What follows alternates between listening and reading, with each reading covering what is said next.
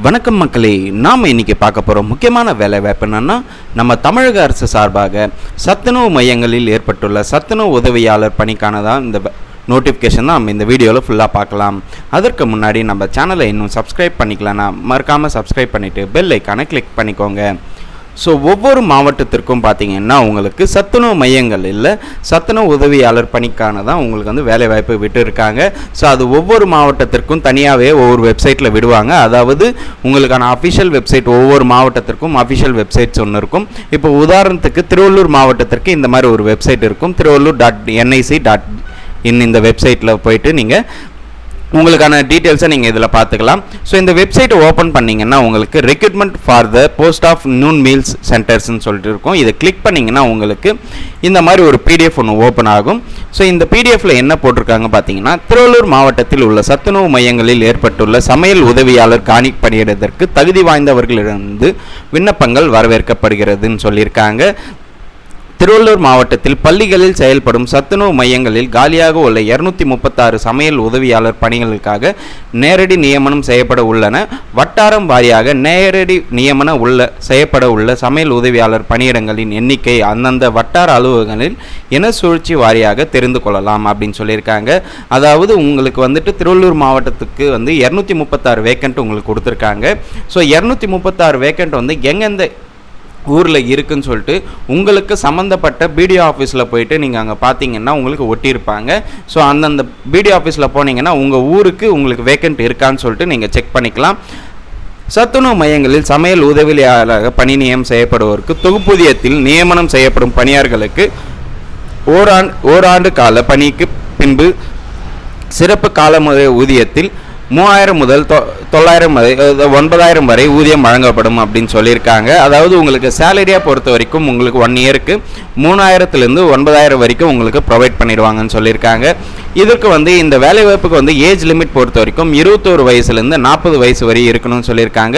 குறிப்பாக பெண்கள் மட்டும்தான் இந்த வேலைவாய்ப்புக்கு அப்ளை பண்ண முடியும், ஆண்கள் அப்ளை பண்ணக்கூடாது. ஸோ பெண்கள் தான் இதுக்கான முன்னுரிமை கொடுப்பாங்க. அதே மாதிரி பார்த்தீங்கன்னா உங்களுக்கு நீங்கள் கேட்கப்படுற இந்த ஸ்கூல், அதாவது உங்கள் வேக்கண்ட் இருக்கிற ஸ்கூலுக்கும் நீங்கள் இருக்கிற லொக்கேஷனுக்கும் 3 கிலோமீட்டர் தூரத்தில் தான் இருக்கணும்னு சொல்லியிருக்காங்க. 3 கிலோமீட்டர் டிஸ்டன்ஸ்குள்ளே தான் நீங்கள் இருக்கணும்னு சொல்லியிருக்காங்க. 3 கிலோமீட்டர் ஆஃப்டர் இருந்தீங்கன்னா நீங்கள் இந்த வேலைவாய்ப்புக்கு அப்ளை பண்ண முடியாது. ஸோ உங்கள் அட்ரஸுக்கும் நீங்கள் அப்ளை பண்ணுற ஸ்கூலுக்கும் 3 கிலோமீட்டர் தூரம் கண்டிப்பாக இருக்கணும். 3 கிலோமீட்டருக்குள்ளே கண்டிப்பாக இருக்கணும்னு சொல்லியிருக்காங்க. அதே மாதிரி காலி பணியிடங்களுக்கு விண்ணப்பிக்கும் போது உரிய விண்ணப்பத்தினை பூர்த்தி செய்து தொடர்புடைய ஊராட்சி ஒன்றிய அலுவலகம், மாநகராட்சி அல்லது நகராட்சி அலுவலகத்தில் பெற்று மட்டுமே விண்ணப்பிக்க இதன் மூலம் தெரிவித்துக் கொள்ளப்படுகிறது. மேலும் www.tiruvallur.nic.in இந்த இணையதளத்தின் மூலம் விண்ணப்பத்தை பதிவிறக்கம் செய்து கொள்ளலாம். விண்ணப்பிக்க கடைசி தேதி பார்த்தீங்கன்னா 29/4/2025 அன்று மாலை 5:45 மணி வரையில் அலுவலக வேலை நாட்களில் மட்டும் விண்ணப்பத்துடன் பள்ளி சான்றிதழ். ஸோ எங்களோட டாக்குமெண்ட்ஸ் எல்லாம் பார்த்தீங்கன்னா 29/4/2025 அந்தந்த பிடிஓ ஆஃபீஸில் நீங்கள் கொடுத்துடணும் சொல்லியிருக்காங்க. அதாவது அந்தந்த பிடிஓ ஆஃபீஸு இல்லை நகராட்சி ஆஃபீஸு இல்லைனா மாநகராட்சி ஆஃபீஸில் வந்து உங்களுக்கான அப்ளிகேஷன்ஸை வந்து நீங்கள் 29/4/2025 நீங்கள் கொடுத்துடணும்னு சொல்லியிருக்காங்க. ஈவினிங் 5:45 நீங்கள் கொடுக்கணும். அதே மாதிரி என்னென்ன டாக்குமெண்ட்ஸ் வந்து அட்டாச் பண்ண சொல்லியிருக்காங்கன்னா, உங்களோட 10th mark sheet, 12th mark sheet, so உங்களோட எஜுகேஷன் சர்டிஃபிகேட்ஸ் எல்லாமே அப்ளை பண்ணுங்கள். அதாவது எல்லாமே ஜெராக்ஸ் தான் நீங்கள் அட்டாச் பண்ணணும், ஒரிஜினல் அட்டாச் பண்ணக்கூடாது.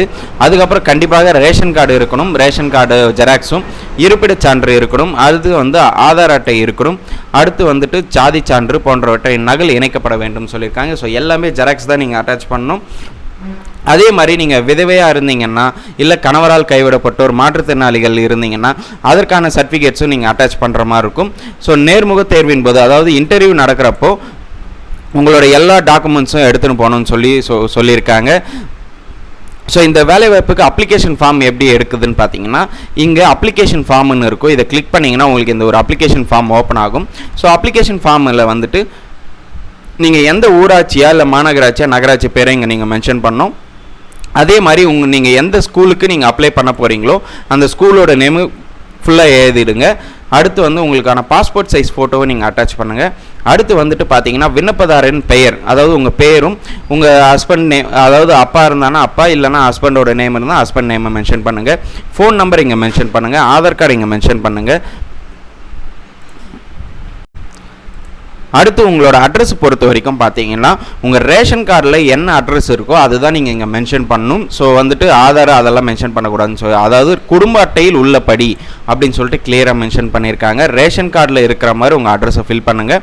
அடுத்து உங்களுக்கான ஊராட்சி பேர் இல்லைனா மாநகராட்சி பேரோ இல்லை நகராட்சியோ எதுவோ அது வந்து நீங்கள் ஃபில் பண்ணுற மாதிரி இருக்கும். உங்களுக்கான ஊராட்சியோ நகராட்சியோ மாநகராட்சியோ அதை வந்து நீங்கள் ஃபில் பண்ணுங்கள். கல்வி தகுதி, அதாவது நீங்கள் என்ன படிச்சிருக்கீங்கன்னு சொல்லிட்டு இங்கே மென்ஷன் பண்ணியிருக்கணும்.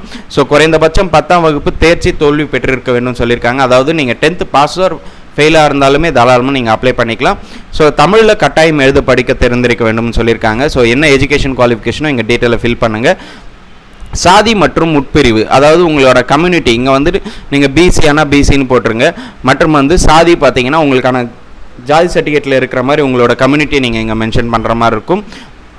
அடுத்து நீங்கள் வந்து மாற்றுத்திறனாளியாக இருந்தீங்கன்னா இங்கே வந்து ஆமன் டிக் பண்ணிவிட்டு நீங்கள் அதுக்கான சர்டிஃபிகேட் நம்பரை நீங்கள் மென்ஷன் பண்ணுற மாதிரி இருக்கும். இதுவே நீங்கள் ஆதரவற்ற விதவையாக இருந்தீங்கன்னா ஆமன் டிக் பண்ணிவிட்டு அதுக்கான சர்டிஃபிகேட்டை வந்து உங்களுக்கு கொடுத்துருப்பாங்க, வட்டாட்சியர் அலுவலகத்தில் உங்களுக்கு கொடுத்துருப்பாங்க. அந்த சர்டிஃபிகேட் நம்பரை நீங்கள் மென்ஷன் பண்ணணும். பணியிடம் கோரும் மையம் பள்ளியின் பெயர், அதாவது நீங்கள் எந்த ஸ்கூலில் நீங்கள் வந்துட்டு உங்களுக்கான அப்ளிகேஷனை நீங்கள் போடுறீங்களோ அந்த ஸ்கூலோட நேமை மென்ஷன் பண்ணுங்கள்.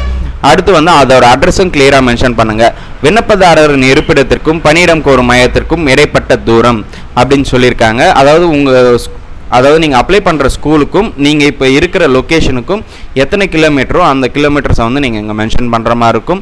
இங்கே வந்து நாள், அதாவது நீங்கள் என்னைக்கு இந்த வேலைவாய்ப்புக்கு நீங்கள் அப்ளை பண்ண போகிறீங்களோ அதுக்கான நாளை வந்து நீங்கள் மென்ஷன் பண்ணுற மாதிரி இருக்கும். இடம் வந்து உங்கள் ஊரை வந்து மென்ஷன் பண்ணுங்கள். இங்கே உங்கள் சிக்னேச்சர் போட்டுட்டு அதுக்கப்புறம் வந்துட்டு பார்த்தீங்கன்னா இணைப்புன்னு சொல்லிட்டு என்னென்ன சர்டிஃபிகேட்ஸை வந்து உங்களுக்கு கேட்டிருக்காங்கன்னா பள்ளி மாற்றுச் சான்றிதழ், அதாவது ஸ்கூல் டிசியை நீங்கள் அட்டாச் பண்ணியிருக்கணும். அதுக்கப்புறம் இன்னும் 10th மார்க் ஷீட்டை நீங்கள் அட்டாச் பண்ணியிருக்கணும். அடுத்து வந்து குடும்ப அட்டை நகல் நீங்கள் மென்ஷன் பண்ணணும். அது ration card, Aadhaar card xerox நீங்கள் அட்டாச் பண்ணணும். கம்யூனிட்டி சர்டிஃபிகேட் நீங்கள் அட்டாச் பண்ணணும்.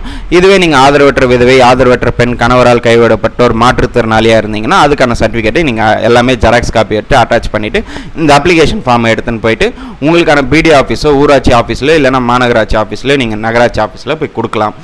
ஸோ என்னைக்கு கடைசி தேதி பார்த்தீங்கன்னா உங்களுக்கு 29/4/2025 நீங்கள் இந்த வேலைவாய்ப்புக்கு நீங்கள் அப்ளை பண்ணிக்கலாம். ஸோ உங்களுக்கான வேக்கண்ட் டீட்டெயில் தெரியணும்னா நீங்கள் உங்களுக்கான பிடி ஆஃபீஸில் போய்ட்டு நீங்கள் செக் பண்ணிங்கனாவே உங்களுக்கு அவங்க வேக்கண்ட் டீட்டெயில் உங்களுக்கு கொடுப்பாங்க, அங்கே ஒட்டியிருப்பாங்க. ஸோ உங்கள் ஊருக்கு உங்களுக்கான வேலைவாய்ப்பு, அதாவது நீங்கள் இருக்கிற லொக்கேஷனுக்கும் நீங்கள் கேட்க போகிற ஸ்கூலுக்கும் அதாவது வேக்கண்ட் இருக்குன்னா நீங்கள் தாராளமாக அப்ளை பண்ணிக்கலாம். இப்போ நீங்கள் எக்ஸாம்பிளுக்கு நீங்கள் இருக்கிற லொக்கேஷனுக்கும் நீங்கள் அப்ளை பண்ணுற ஸ்கூலுக்கும் கிட்டத்தட்ட ஒரு 5 கிலோமீட்டர் இருந்ததுன்னா நீங்கள் இந்த வேலை வாய்ப்புக்கு அப்ளை பண்ண முடியாது. ஸோ ரிஜெக்ட் பண்ணிவிடுவாங்க. ஸோ 3 கிலோமீட்டருக்குள்ளே இருக்கிறவங்க தாராளமாக நீங்கள் அப்ளை பண்ணிக்கலாம். ஓகே மக்களே, இந்த வேலைவாய்ப்பு பற்றி வேறு ஏதாவது டவுட் இருந்ததுன்னா கண்டிப்பாக கமெண்ட் செக்ஷனில் கமெண்ட் பண்ணுங்கள். இந்த வீடியோவை நிறைய பேருக்கு ஷேர் பண்ணுங்கள், லைக் பண்ணுங்கள். மறக்காமல் நம்ம சேனலை சப்ஸ்கிரைப் பண்ணிவிட்டு பெல் ஐக்கானை கிளிக் பண்ணிக்கோங்க. தேங்க்யூ.